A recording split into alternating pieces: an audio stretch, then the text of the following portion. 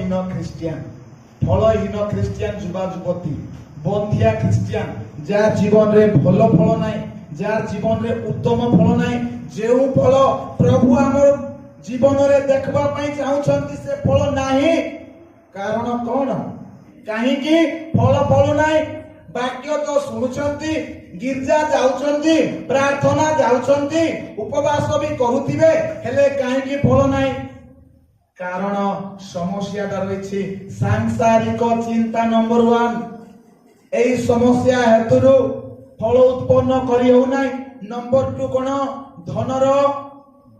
ଧନର ମାୟା, ସାଂସାରିକ ଚିନ୍ତା, ଧନର ମାୟା, ତାପରେ ସୁଖ ଭୋଗ, ଆମୋଦ ପ୍ରମୋଦ, ମଦ୍ୟପାନ ଆଉ ବିଭିନ୍ନ ପ୍ରକାର ମନ୍ଦ ବିଷୟ ପାଇବାର ଲାଳସା।